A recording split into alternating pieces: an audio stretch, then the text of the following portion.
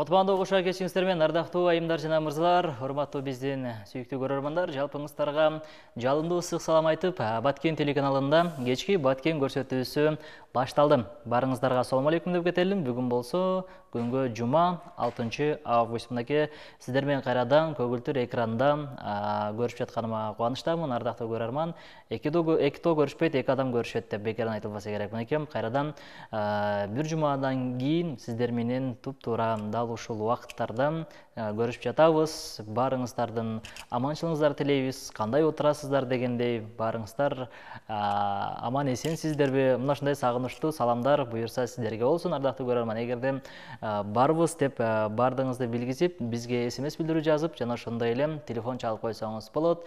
Сөз түрдө бизди кайсыл жактан көрүп аткан болсоңуз дагы өзүңүздүн район шаарыңызды белгилеп, бизге кол көтөрүп койсоңуздар болот. Бүгүн кызматыңыздарда аты-жөнүм Расул Ахмат. Буюрса эфирибиз 9 саат 10 мүнөткө чейин туура созулат. Андыктан биздин катара кошулуңуз дагы.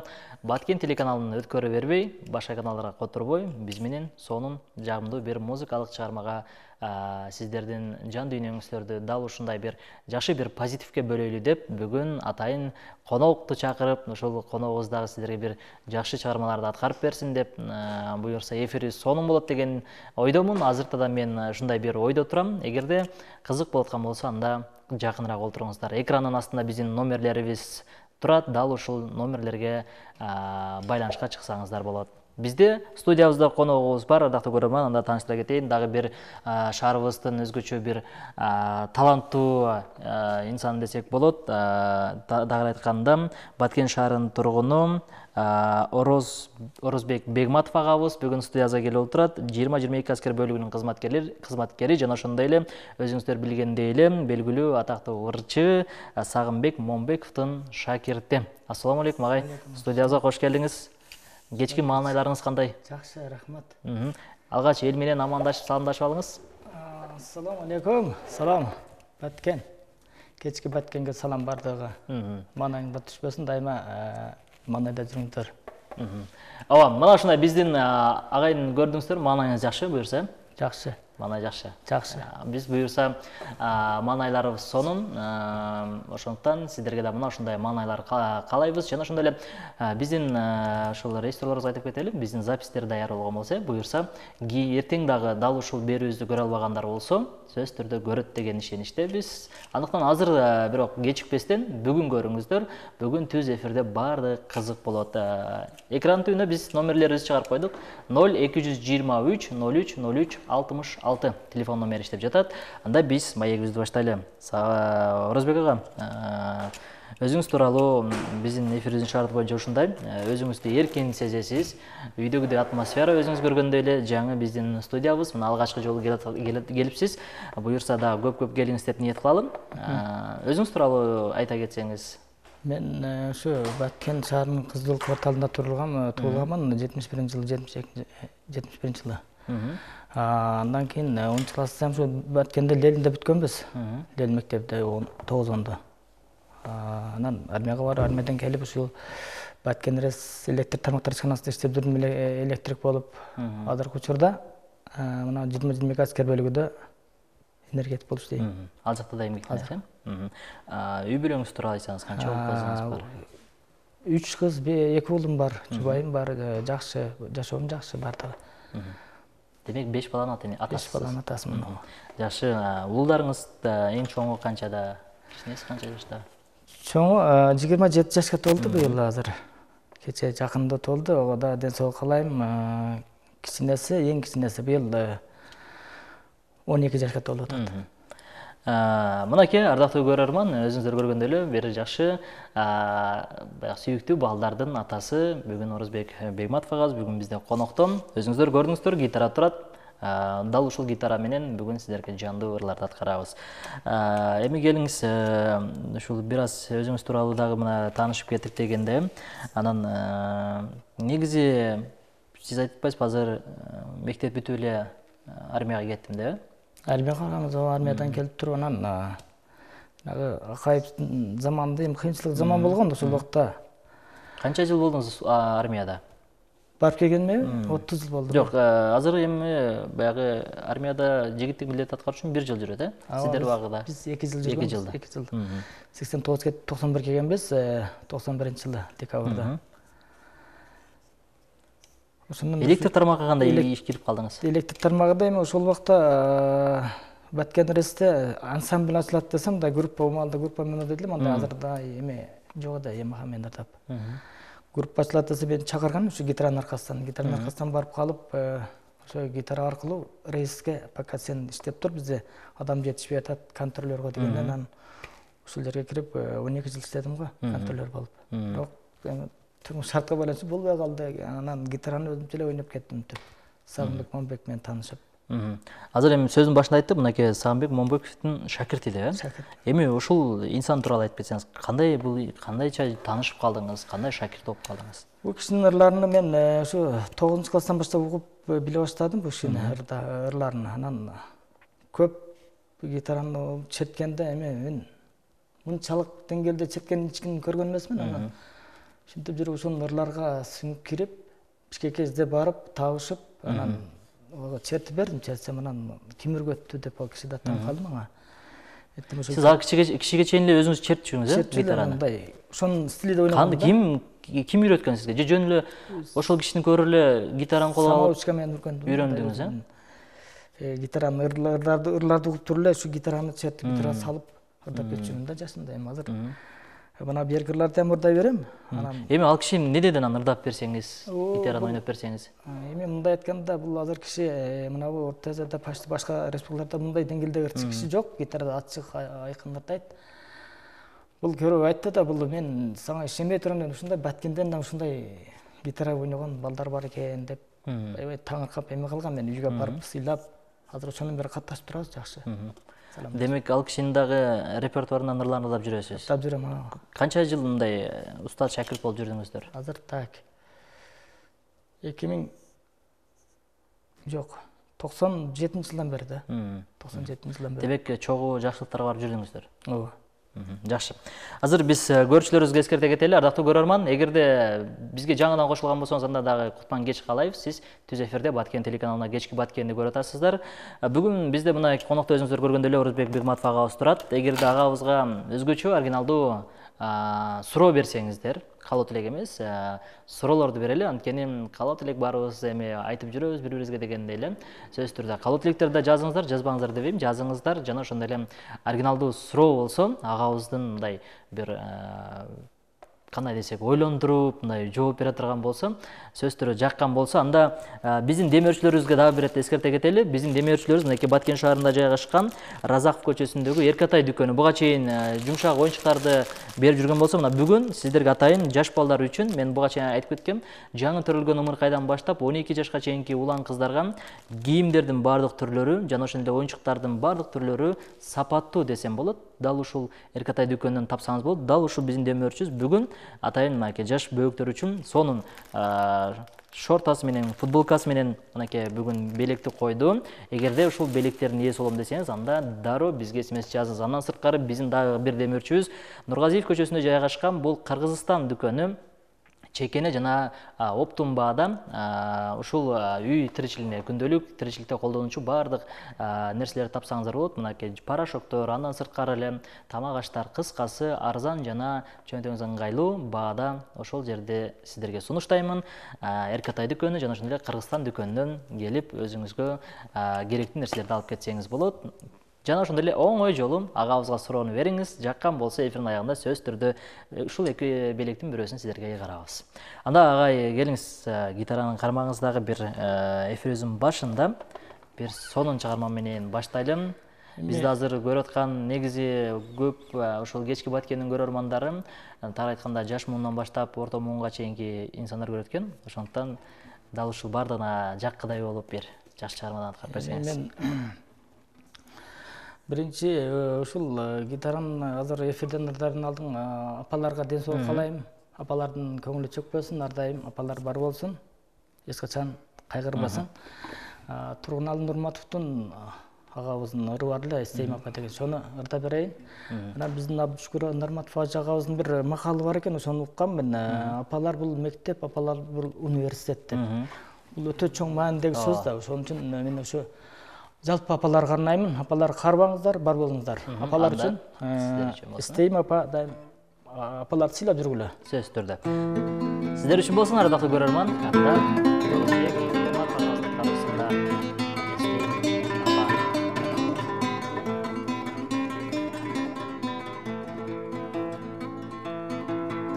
Эстейм апа, сенин кара көздөрүң дайым эстейм, ар бир айткан сөздөрүң ойлой берем, эстей берем, күндөр батпай Эстейм апамды ойлой берем, эстей берем, күндөр батпай Эстейм апамды. Бубакы баскан ак булуттай чачтарым дайым эстейм, ар бир акыллы сөздөрүң бүткөндүрсүн мени ойлоп, дастарханга жайып ак наным бүткөндүрсүн мени ойлоп, дастарханга жайып ак наным.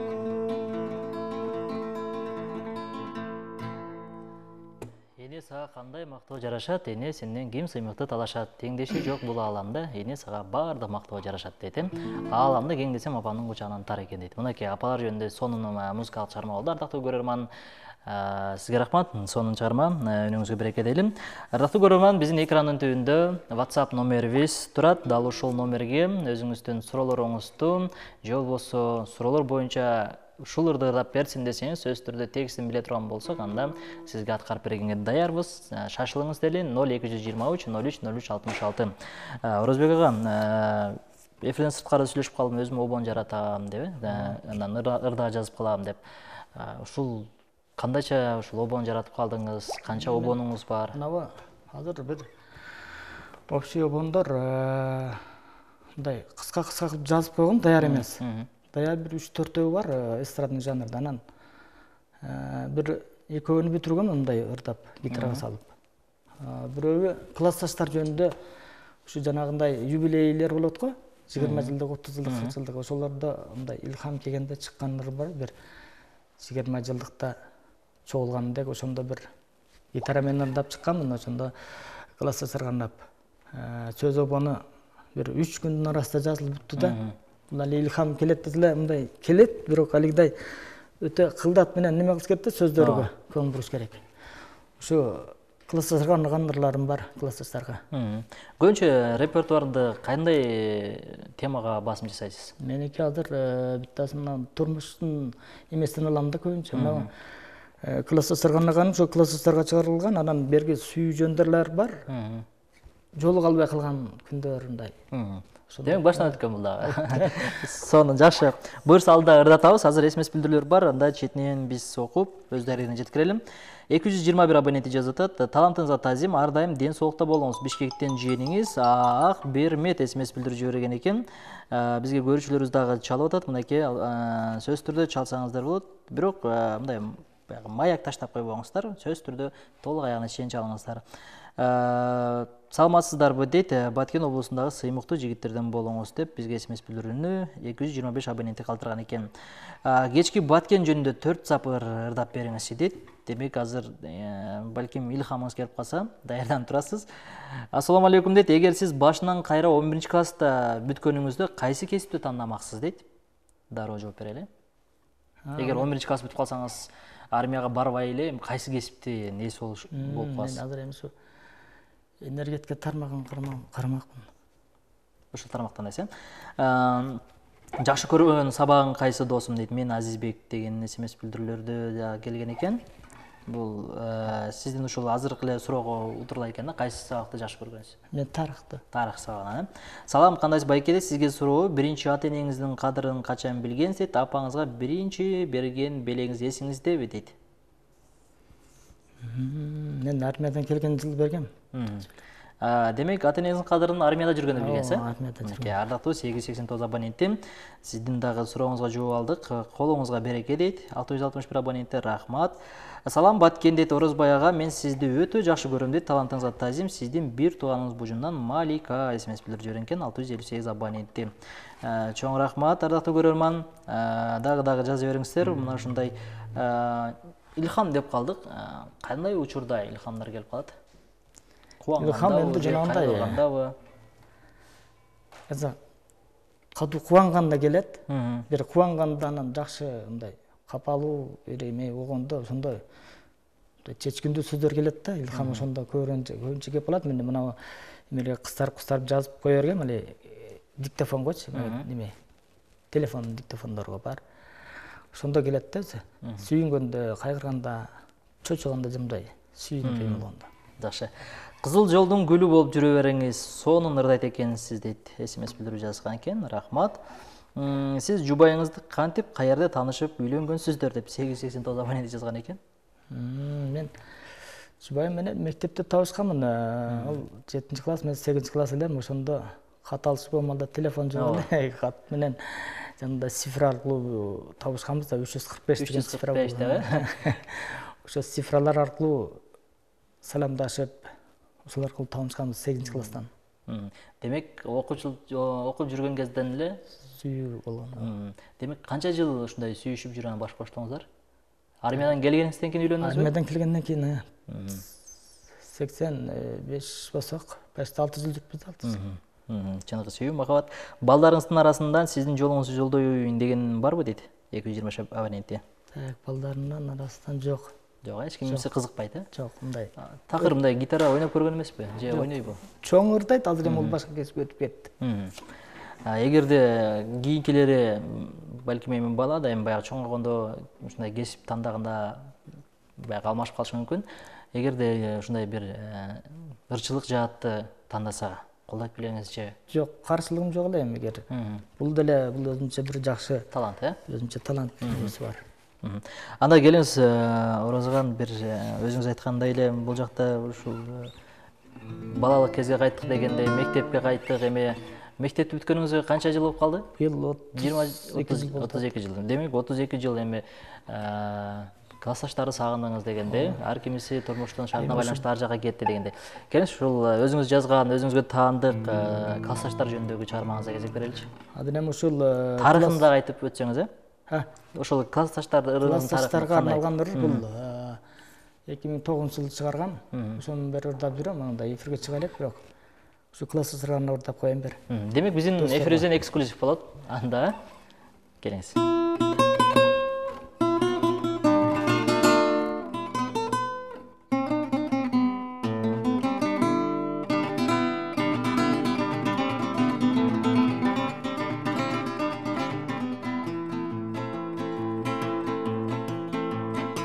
Birge окуп, birge чоңойдук, асыл достор классташтарым, 10 жыл бою birge окуган. Ушул менин классташтарым, окуучулук ошол күндөрүм, унута албай дале жүрөмүн.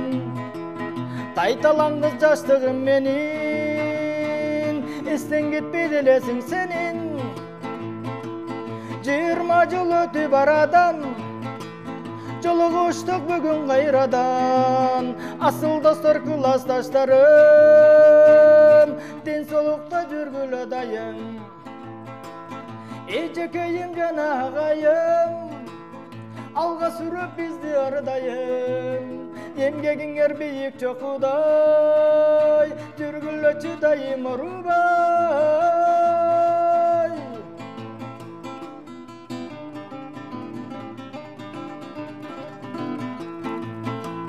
Канча мезгил өтсө мектебим, картайбастан турат нур чачып. Канча жашты алга узатып, картайбастан турат нур чачып. Баракелли азаматсыз бар болуңуз. Манеке, сагынышып жүргөн классташтар үчүн, классташтардын урматына жаңыр десек жаңылышпайбыз. Арактуу көрөрман, эгерде жаңыдан кошулган болсоңуз, биздин каналга сиз тура тандадыңыз Баткен телеканалын кечки Баткен көрсөтүүсү. Эгерде сиз капаланбаңыз, эмне кошулуп калдым деген болсоңуз, көз алдыда дагы бизде убактыбыз бар. Аягына чейин бирге болуңуз дагы. Биздин демөөрчүлөрдүн белектерине ээ болуп калыңыз. Кандайча ээ болом десеңиз, анда экрандын астында биздин байланыш номерибиз турат. WhatsApp жана ошондой ушуга чалып, Орозбек агабызга бир сонун жакшы бир суроолорду берген болсоңуз, анда эфирдин аягында биз жыйынтап, Ороз агабызга жаккан бир SMS билдирүүгө биз порошокту же болбосо кийимди бергенге ар дайым даярбыз. Эркатай дүкөнүнөн эң сонун сапаттуу кийим жана ошондой эле Кыргызстан дүкөнүнөн бизде мындай болгон порошокторду бергенге дап даярбыз. Шашылыңыз дейли. Анда биз болсо улан теребиз. Бизге SMS-тер дагы келип атат толтура. Ага чейин эми азыркы учурда иштеп жаткан 20-22 аскер бөлүгүндө иштегениңизге канча жыл болуп калды? 6 жыл кетип атат, 6 жыл болуп калды. 20-22 аскер бөлүгүндө чек аранын эмеси да, бизден полевой жанагындай половина пограничник болуп жүрөбүз да. Чек арачыларга кызмат кылып, эл журтка, ата журтка. Демек, чек арада азыр ушундай бир көрүп аткандар барбы азыр биздин балким чек арачылар? Бар, биздин азыр отрядтын балдары билет, эми салам айтып атам. Ошого айтып атканым, эгер көрүп аткан болсо салам айтып койсоңуз болот. Маттуу коллегалар салам, электриктер, чек арачылар дайыма бар болгула, урбагыла. Өйдө кырстан абаттан Кудайым сактасын. Мынакей урматтуу Орозбек агабыздын коллективдери десек болот, буга чейин Баткен Ресте иштептир. Азыркы учурда 20-22 аскер бөлүгүндө иштептир. Эгерде көргөн коллективдер болсо, кесиптештер болсо, анда биз барбыз, Орозага ийгилик деп кол көтөрүп койсоңуз дагы жакшы болот. Сонун балким эртең жумушка барганда дагы амандашып, саламдашып, жакшырдадыңыз деп сиз дагы комплиментиңизди айтасыз. Ага чейин бардыгыңызды билгизиңиз. Азыр бизде SMS билдирүүлөр бар. Окуп өздөрүнө жеткирелим. Орозбек ага үнүңүзгө береке, сизди сыйлап ужундан жээндериңиз SMS билдирүү жиберип атат. Ырчы болгонуңузга ким түрткү болгон деп 661 абонент билдирүү калтырган экен. Эме ырчы болгоnuма биринчи эң чоң агам Жалалабадта мугалимдикти окуп бүтүрүп келген, ошол үйгө гитараны алып келчү да. Муну малда 3-класс, 4-класс эдем. Ошондо гитараны алып келип, ушул классташтар менен отурганда баягы студенттер. Мен ошондо биринчи жолу көрдүм, ошондон анан гитаранын эмеси тартып алды мени. Магнити. Саламатсыздарбы дейт Орозбай аба, талантыңызга тазим, чыгармачылыгыңыз өркүндөй берсин деп 50 абоненти SMS билдирүү жиберген экен. Кийинки SMS билдирүү. Жаштыгыңызда кызыктуу окуядан айтып берейин. Классташтарыңыздын арасынан биринчи жакшы көргөн кызыңыз дейт. Сиз гитараны качан кантип үйрөнгөнсүз? Бул тууралуу маалымат бердик. Сиз ырдай илик апаңызга арнап ыр жазгансызбы же ырдагансызбы дейт. Апаңызга арнап ыр чыгаргансызбы же чыгара элексизби деген да билдирүүлөр бар экен. Мынакей кызыктуу окуядан айтып бериңиз дейт. Жаштыгыңыздагы менче азыркы учурда эстеш кыйын болуш керек, менче ушул убакта. Кезден анча болду да бизде. Ойлонуп турабыз. Анда Сагынбек Момбековдун ырларынан ырдап бериңизчи. Чыгармачылык ийгилик деп 461 абонент калтырган экен. Бисмиллахи сөздү баштайын дейт. Анда мен да өз каалоомду арнайын. Кутман кечки Баткен, саламымды ортого таштайын. Байкеге ийгилик каалаймын дейт. Кылт дейт түштү гитаранын кылдары, укулуктуу экен Байкенин ырлары. Айтыңызчы, гитарист Байке, эмнеде экен бул таланттын сырлары дейт. Охо, 331 абонент. Сиз дагы бир жооп берип коет, окшойт менче. Эмнеде экен бул таланттын сырлары дейт. Талантыңыздын сырларын айтып сурап атат эми. 331 абонент. Мындай самоучка мен үргөнгөмүн да гитараны. Эми жок, бирөө үргөткөн эмес. жанагы магнитофондон азыркыдай эме болгон эмес телефондор. Магнитофондон кассетадан угуп жүргөнгө мен гитаранын эмесине бир кылдарына. Малды эме азыркы эмедегидей жок эде. Демек Орозбек агамдын эч кандай бир үйрөткөн адам болгон эмес. Болгон өзү угуп, ошол ырларды акырын гитарага түшүрүп, анан Сагынбек Момбеков агабызга барып, ошол жерден бир толо жакшы менимче сиңирип алдыңыз. Алдыга отурсам, мындай onu четкенде мен жөнөкөй адам болуп калам да. Кайсыл чыгарманы аткарабыз? Так, азыр Чыгармага кезек бере элеми? Сагынбек Момбековдун ырларын. Ооба, ошондон сурап атат негизи. Кайсы чыгармасын аткарасыз? Өскөн жерге мөлтазым деген ыр бар. Манабы бат Кыргызстандын бардык жерге барсаң, кайсы сайга барсаң да бир сулуулукту көрөсүң да, жакшылык. Дарыян боюга барсаң 10 метр сулуулук. Анан ошо өскөн жерге мөлтазым баткен эме бардык туулган жерлерге арналат. Туулган жерлер боюнча ырдап. Демек алыста жүргөн, туулган жердин кадырын эңсеп жүргөндөр болсун келесинде. Ооба.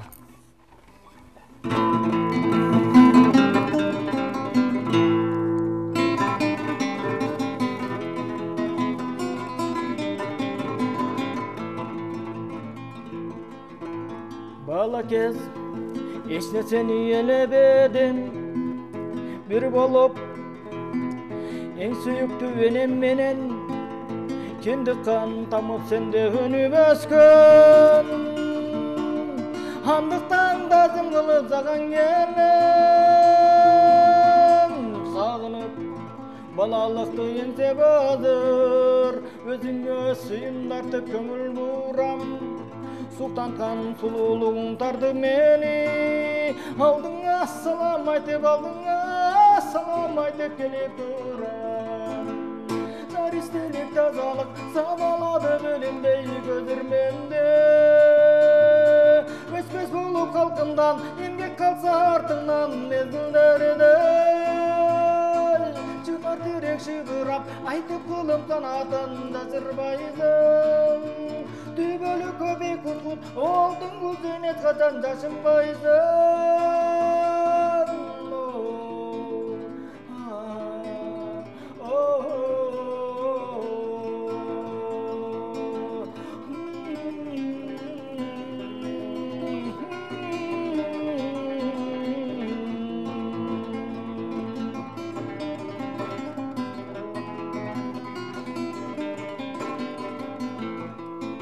Aradan uçtu gündür öttü yıllar Irdalıp andan beri kança ırlar Dolarım göktür eşel bayağınday Doltura arasında geçen zırvar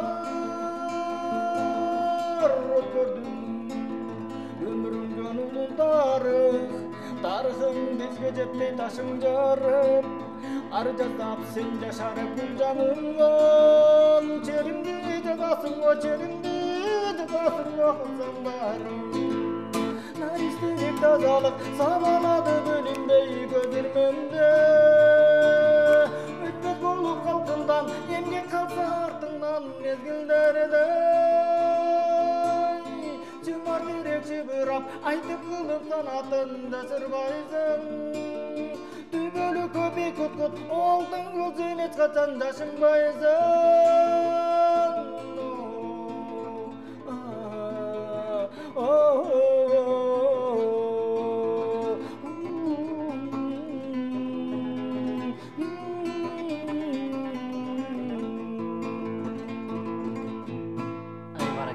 Азаматсыз, мына ушундай сонун чыгарма туулган жердин топурагы алтын деп бекерден айтылбаса керек. Мына ушундай биздин ушул алыста азыркы тапта мигранттарыбыз көп, өзүнүн жерини, элини, ата энесин сагынып жүргөндөр үчүн болдум.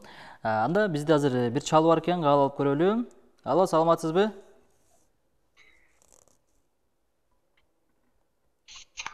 Алло, саламатсызбы? Сиз түз эфирдесиз. Аты жөнүңүздү айтып, каяктан байланышка чыгып атасыз? Өзүңүз тааныштыра кетсеңиз. Ороздун жеңеси Мариямын. Мария эже угуп атабыз. Орозго ден соолук каалаймын, өмүрүбүздүн рызкысы палуан болуп, дайым талантты өркүндөй берсин. Рахмат. Баткендин алдыңкы таланттууларды балдарын үй бүлөсүнүн жакшы атасы болуп, Жүре берсін. Дайым бәткеннің алдыңғы ырчылардан болып жүрсін. Мен қаларым шу. Чоң рахмат. Жеңесі Мария болом мен. Чоң рахмат, Мария жеңеңізген. Әжеңізге рахмат айтабыз. Мына ушундай улуу башыңыз кичи кылып чалганыңыз үчүн. Кандайсыңар дейт иним Орозбай, үй бүлөң менен бактылуу бол, сени менен сыймыктанабыз. Алтын укам деп эжең ибадат деген смс билдирүүлөр бар экен. Жашооңуз эң маанилүү күндөрүңүздү эстей аласызбы дейт. Азыркы тапта ардактуу көрөрман, мына ушундай эстеңиси деген нерсе бул азыркы эфирге келгенде өтө кыйын эстеш. Бул эстегенче эфир бүтүп калышы мүмкүн. Ошондуктан туура түшүнөсүздөр деген ойдобуз. Орозбайга Саганбектин аялыга арнаган ырын ырдап бериңчи дейт. Аны дагы буюрса убактыбыз болсо ырдатабыз. Ырыңызды угуп аябай кубандык дейт. Кыргызым жүздөрү турат тунарып, албетте шакирт окутуңуз дейт. Артыңыздан урпак калсын уланып деп. Чын эле мындай үйрөнөйүн деп сизге баргандар бар, мындай сизге шакирт болоюн деп. Мындай мына биздин убакта бир класста 20 бала болсо, ошонун 13-14 гитара ойнойт эле балдар. Бир менен бир жарыш ойнойт эдик. Азыркы учурда мындай карасам, кээ бир класстан бир ойногон балдар көргөнмүн, гитарага жабысып эме кылган адам жок. Кызыккан, Эме жок. Анан балдар келип атты мага үргөнөм депчи. 2 ай 3 ай каттап туруп анан калып кетип көңүл жок. Келбей коет экен да. Гитаранда малеге сырлар бар да. Эгер мындай чын дилден үйрөнөм, шакирт болом деген балдарга не дейт элеңиз? Каршылыгым жок, келсин, мен неме кылып берем. Үйрөт, Үйрөтөм. Дагы бир көрүүчүбүз кабыл алабыз. Андан кийин биз дагы бир чыгармага кезек беребиз. Саламатсызбы? Сиз түз эфирдесиз. Атыңыз ким болот?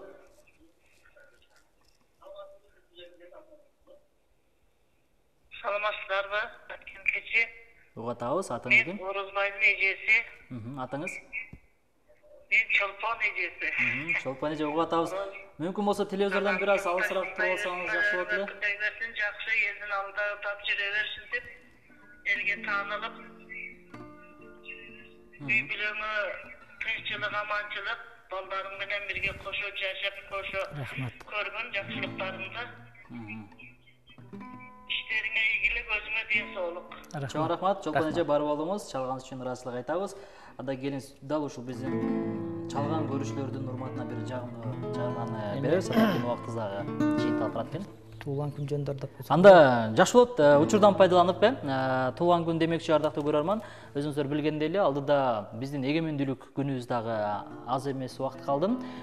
Бул күн баягы юбилей десек да болот, 30 жылдык маареке болуп атат. Ошондуктан жалпы ошол кыргыз элинин алдагы эгемендүүлүк 30 жылдык маарекеси менен куттуктап, жана ошондой эле бүгүн өзгөчө 6 августта туулган күн ээлери, эгер туулган күнүңүздү белгилеп жаткан болсоңуз, анда биз да чын жүрөктөн куттуктайбыз. Туулган күн жөнүндө анда Сүймөнкул уулумдун туулган күнү болду эле. Сиздин балаңыз да эле. Эгерде көрүп аткан болсо, Сүймөнкул инебиздин дагы туулган күнү менен куттуктайбыз. Анда атаңыз белек берди, бербеди билбейм, азыр анда белек катары ырдаталы. Ырдап коеюн, Кеттик. Бардык туулган күндөрдүн ээлерine арнап. Кеттик.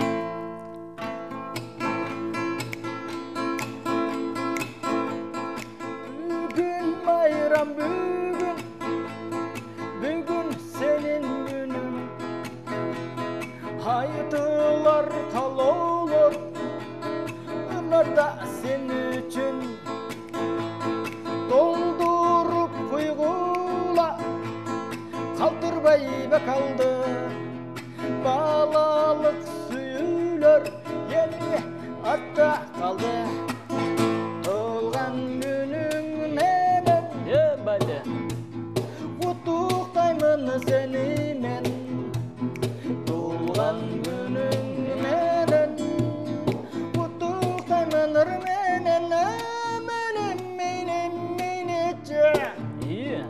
Өтө берсин өмүрлөр, бирок достум калбасын. Көңүлдөр, көңүлдөр, көңүлдөр.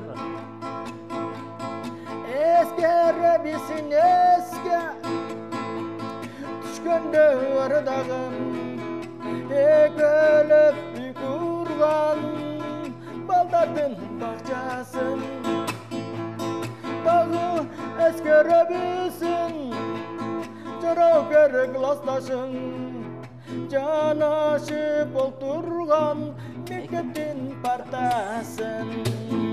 Туулган күнүң менен куттуктаймын сени мен. Туулган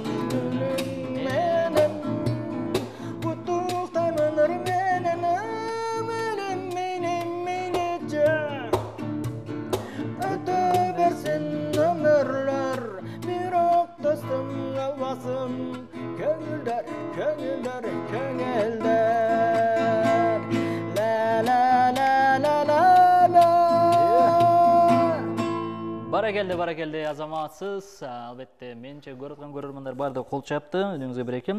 Расчылык Оразага убактыбыз кыскарып баратат. Ошондуктан биз сизге келген суроолордун бир жакшысына белегибиз берели. Кайсы суроо сизге жакты? Мага жаккан жанагы апаңа не белек кылдың дедиби? Азыр бул жерде апаңызга белекти акыркы жолу кандай белек кылдыңыз эле дегендер болду. Анан ырсабында баягы суроо узаткан болду. Эмнеде экен бул таланттын сырлары деген сыяктуу суроо белгисин берип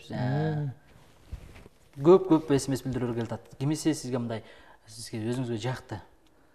Гитаранын сырлары деп айттыбы.